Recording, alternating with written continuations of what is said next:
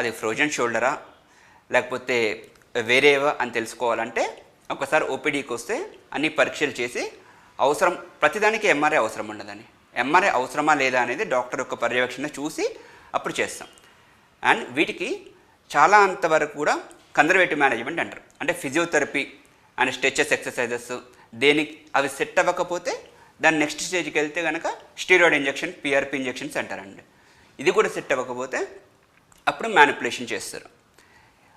ఇంకా లాస్ట్ స్టేటస్కి వచ్చేసరికి మనకి కీ హోల్ సర్జరీ అంటారండి.